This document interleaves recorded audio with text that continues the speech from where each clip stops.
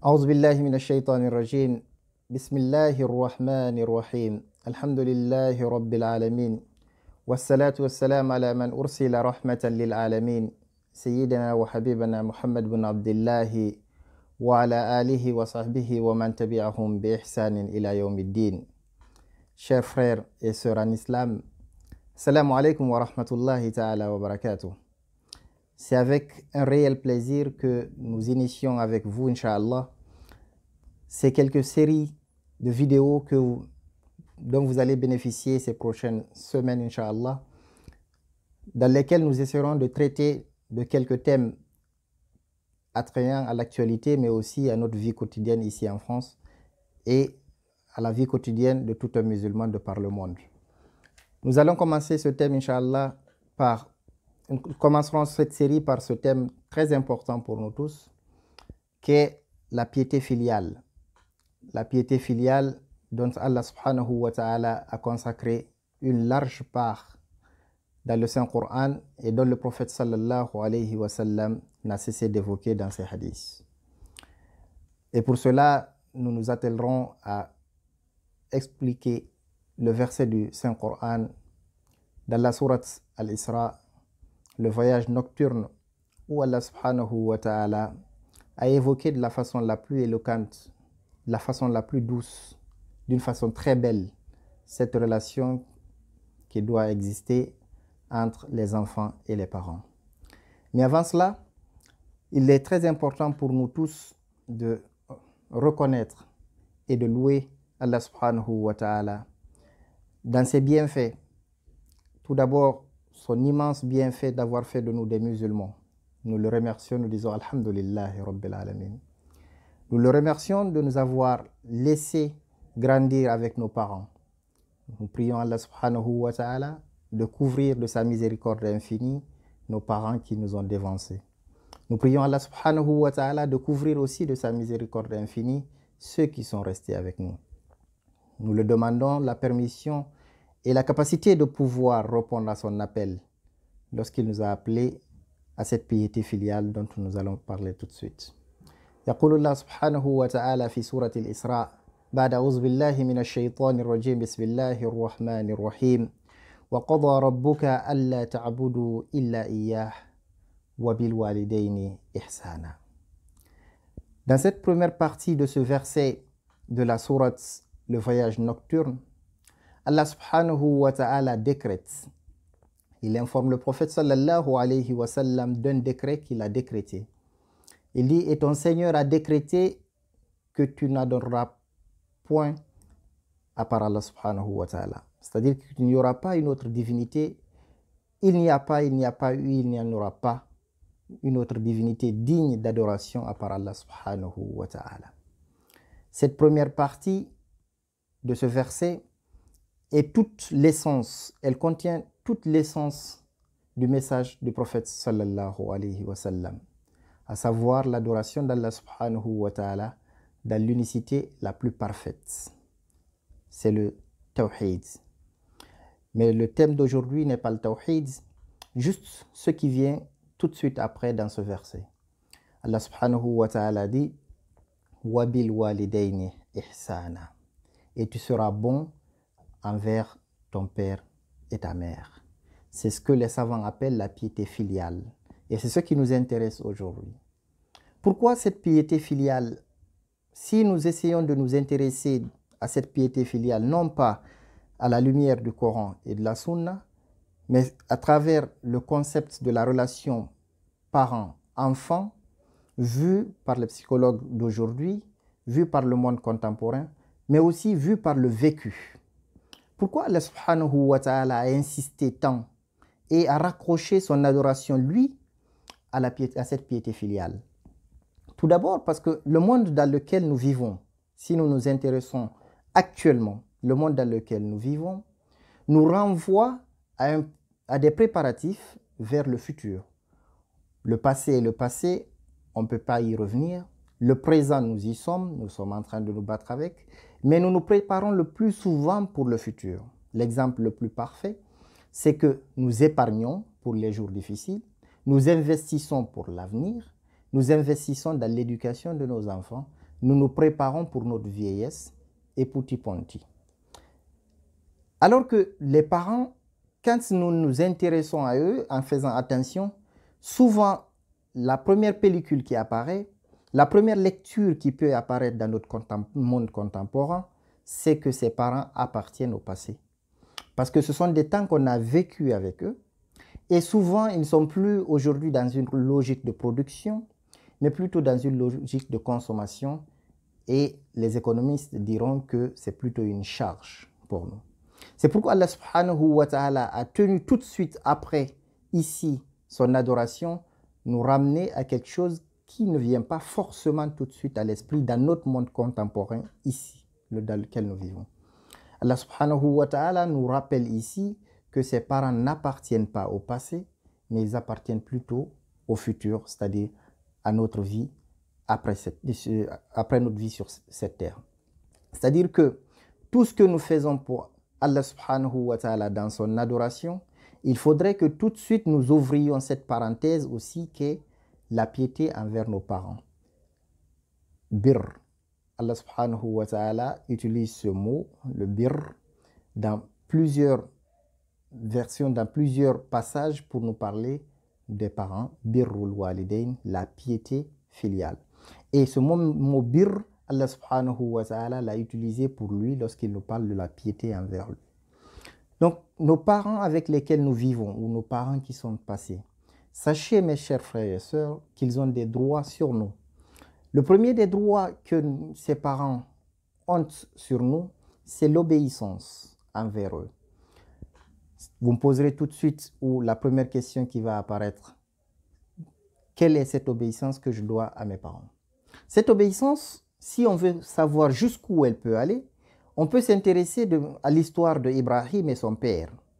Parce que Ibrahim, Allah a fait de lui aussi un messager et il a fait de lui un exemple dans le monothéisme pur dans lequel nous sommes. Il a fait de lui le père du monothéisme, comme on le dit couramment. Les grands envoyés, Mohammed, Isa et tous et bien d'autres, se raccrochent à Ibrahim dans le cadre du monothéisme. Et Allah subhanahu wa ta'ala l'a choisi comme étant un ami. Cela veut dire que nous pouvons en citer comme un exemple. Ibrahim, il a vécu avec son père dans une relation un peu particulière. Lui, le chantre du monothéisme, était fils de quelqu'un qui était chantre, par contre, de l'autre côté, du polythéisme. Et l'exemple de la manière dont Ibrahim s'est comporté avec son père doit nous rappeler ici et être une règle pour nous autres, comment nous devons nous comporter avec nos pères et nos mères. Ibrahim, bien que son père était polythéiste, il l'a obéi.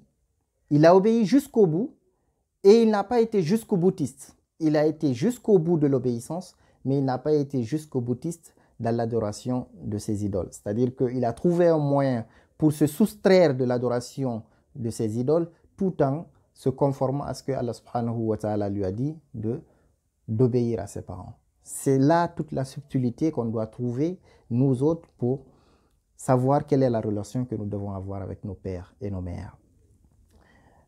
Pourquoi nous devons obéir à Allah subhanahu wa ta'ala? Pourquoi nous devons obéir à nos parents?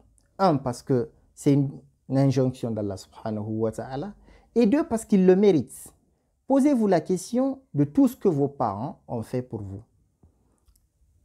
La maman, tout d'abord la mère, qui a une place particulière en islam. Nous reviendrons tout à l'heure là-dessus à travers le récit prophétique. Cette mère qui a porté cet enfant pendant la période donnée, 9 mois et quelques jours, qui en a subi les douleurs, qui en a subi les insomnies, mais aussi qui en a subi, je ne dirais pas subi, qui a ressenti cette relation particulière que Allah subhanahu wa ta'ala a fait entre ce fils et cette mère qui vivent dans un même organisme, avec un seul lien, avec une seule méthode de nutrition. C'est seulement les nutriments de la maman, c'est à partir de ces nutriments que ce fils ou cette fille se nourrit. Cette relation jusqu'à l'enfantement, l'allaitement et tout ce qui s'ensuit. Et surtout, l'amour que porte cette mère pour cet enfant.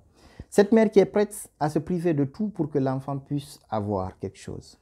Cette relation qui fait que même quand l'enfant grandit et qu'il sort du cocon familial, cette mère est toujours là à s'inquiéter. Alors qu'il peut arriver que l'enfant ne pense pas à ses parents, mais ses parents penseront toujours à cet enfant. C'est pourquoi Allah subhanahu wa ta'ala, à travers son prophète sallallahu alayhi wa sallam, quand il a été interrogé, quelle est la personne qui mérite ma meilleure compagnie? Qu'est-ce que le prophète sallallahu alayhi wa sallam a répondu? Ummuk, c'est ta maman. Qala summa man? Ils lui ont interrogé, ensuite qui? Qala ummuk. Il répondit, ta maman. Qala summa man? Il dit, encore qui? Il dit, encore ta maman. Et puis ensuite, il dit, ensuite ton papa. Ça veut dire que la maman prendra 75% de cet amour, de cette attention, et les 25 autres pourcents seront pour le papa. Cela ne veut pas dire qu'il y a une différence entre les deux dans l'obéissance, mais c'est juste que Allah subhanahu wa ta'ala, dans sa miséricorde, dans sa hikmah, a établi une certaine forme d'équilibre sur terre. La maman respecte le papa respecte ses parents, et les enfants respectent à nouveau cette maman et ce papa. Donc, on forme un cercle vertueux. Hinama su'ila ar-rasoul, quand le prophète sallallahu alayhi wa sallam a été interrogé, quel est l'acte que le prophète que Allah subhanahu wa ta'ala aime le plus? Qu'est-ce qu'il a répondu? As-salatu fi waqtiha. C'est la prière à son heure. C'est la chose que Allah subhanahu wa ta'ala aime le plus sur cette terre comme action. Qila thumma ay. Ensuite, quelle action? Le prophète sallallahu alayhi wa sallam a répondu birrul walidayn, la piété filiale. Cette piété elle est allée jusqu'au point où quelqu'un est venu voir le prophète sallallahu alayhi wa sallam en allant faire le djihad. C'était l'époque du djihad, avec tous les guillemets que mérite ce mot. C'était à l'époque du djihad. Il a demandé au prophète sallallahu alayhi wa sallam la permission d'aller faire le djihad. Le prophète sallallahu alayhi wa sallam lui a interrogé s'il a ses parents. Il a répondu que oui, qu'il avait ses parents, et le prophète sallallahu alayhi wa sallam lui a indiqué que c'était là son djihad à lui. Cela veut dire que le prophète sallallahu alayhi wa sallam là a établi une hiérarchie entre la piété filiale et le djihad, qui, reconnaissons-le à l'époque, c'était le risque de perdre sa vie. Donc cela veut dire que si on peut donner sa vie pour ses parents, il faut aller même au-delà de cela. Dans le hadith d'Ibn Mas'ud qu'on a commencé tout à l'heure, rapporté par Ibn Mas'ud, quand on a interrogé le prophète sallallahu alayhi wa sallam, il a dit c'est la prière à son heure, ensuite la piété filiale, ensuite le djihad fi sabilillah. Dans le même hadith, il a établi cette hiérarchie. Donc les parents, ils méritent cette attention, ils méritent cet amour, ils méritent ces efforts, ils méritent surtout quelque chose qu'on oublie souvent, le doigt. Quand les parents sont décédés, ou même quand ils sont en vie, le doigt pour ses parents est une obligation. Qala Rasulullah sallallahu alayhi wa sallam, le prophète sallallahu alayhi wa sallam a dit, quand un être humain meurt, toutes ses actions s'arrêtent, à l'exception de quelques-unes, 3. Et parmi ces actions, il y a le fait d'avoir un enfant pieux qui fait des doigts pour ses parents. Donc le doigt des enfants arrive aux parents, même si ses parents sont morts. Si ses parents sont en vie, ce doigt aussi arrive à ses parents. Donc le fait de faire des invocations pour les parents, c'est leur droit le plus absolu. Dans la continuité du verset qu'on a commencé tout à l'heure, Allah subhanahu wa ta'ala dit وَخْفِضْ لَهُمَا جَنَاحَ الظُّلِّ مِنَ الرَّحْمَةِ وَقُلْ رَبِّ ارْحَمْهُمَا كَمَا رَبَّيَانِي صَغِيرًا. Il dit abaisse pour eux l'aile de l'humilité, c'est-à-dire il faut être humble envers ses parents. Que tu sois président de la République ou que tu sois le plus riche sur terre, rappelle-toi que tu as eu des parents qui t'ont changé ta couche. Des parents qui t'ont nourri quand tu ne pouvais pas te mouvoir. Des parents qui avaient tout pouvoir pour toi et qui t'ont apporté que amour, bienfait et attention. Ces mêmes parents, quand tu vas atteindre un certain degré de maturité, tu leur dois en retour, nous leur devons en retour, cet amour, cette attention, et cette compassion et tout ce qui s'ensuit. Posons-nous la question aujourd'hui, comment nous rétribuons nos parents? Comment nous vivons avec nos parents? Nos parents qui ont souffert pour nous. Pour certains, la plupart du temps, si on regarde aujourd'hui, nos mamans ont sacrifié la plupart du temps leur carrière professionnelle pour nous. Combien sont-elles ces dames, ces femmes, ces braves femmes qui renoncent à une carrière professionnelle brillante pour élever les enfants? Et nous, en retour, quand nous grandissons, qu'est-ce que nous leur rendons comme monnaie de la pièce qu'ils nous ont donnée? Interrogeons-nous. Interrogeons-nous sur nous-mêmes avant le jour où Allah subhanahu wa ta'ala nous interrogera sur nos actes. Posons-nous la question, comment nous vivons avec nos parents? Abaisse pour eux l'aile de l'humilité et dis, Allah fasse leur miséricorde comme ils m'ont fait miséricorde quand j'étais petit. Quand tu étais petit, quand nous étions petits, ils avaient tout le pouvoir sur nous. Ils nous ont entourés d'amour, de bonté. Et ils nous ont enseigné, ils nous ont légué cette religion, cette belle religion qu'est l'islam. Cela va sans dire que toi, aujourd'hui qui es parent, si tu veux bénéficier de ce qu'Allah subhanahu wa ta'ala a réservé aux parents, il faut que tu élèves tes enfants dans l'islam. Et sachant que nous ne sommes qu'une continuité du temps. La manière dont nous traitons nos parents aujourd'hui, c'est ainsi que nos enfants nous traiteront. Si nous prenons nos parents et nous les amenons à la maison de retraite sans nous en occuper, dès qu'on va grandir, les enfants aussi feront pareil. Mais de la même manière, si nous passons tout notre temps à confier nos enfants à des crèches sans nous en occuper, dès que nous grandirons, dès que nous vieillirons plutôt, ces enfants, quand ils seront grands, ils nous confieront à la maison de retraite. C'est pourquoi je disais tout à l'heure, Allah subhanahu wa ta'ala a institué sur cette terre un équilibre qui est immuable. Cet équilibre, c'est que Kama tudinu tudanu. De la même manière que tu fais pour tes enfants ou pour tes parents, c'est de cette manière que tes enfants s'occuperont de toi et ils rembourseront mot pour mot, pièce par pièce, acte par acte. C'est pourquoi nous nous recommandons à nous-mêmes ainsi qu'à nos proches d'avoir cette piété filiale, se rappeler à chaque instant de ce qu'a été notre vie quand nous étions petits, du droit de ses parents sur nous, et se rappeler que la place ou l'état dans lequel se trouvent nos parents aujourd'hui, dans quelques mois, dans quelques années, nous serons dans ce même état. Et surtout, se rappeler que Yawm al-Qiyamah, nous rencontrerons le Seigneur de l'univers, celui qui a décrété wa qada rabbuka alla ta'budu illa iyyahu wa bil walidayni ihsana. Hadha wa sallallahu wa sallam ala rasulillah. Wassalamu alaikum wa rahmatullahi wa barakatuh.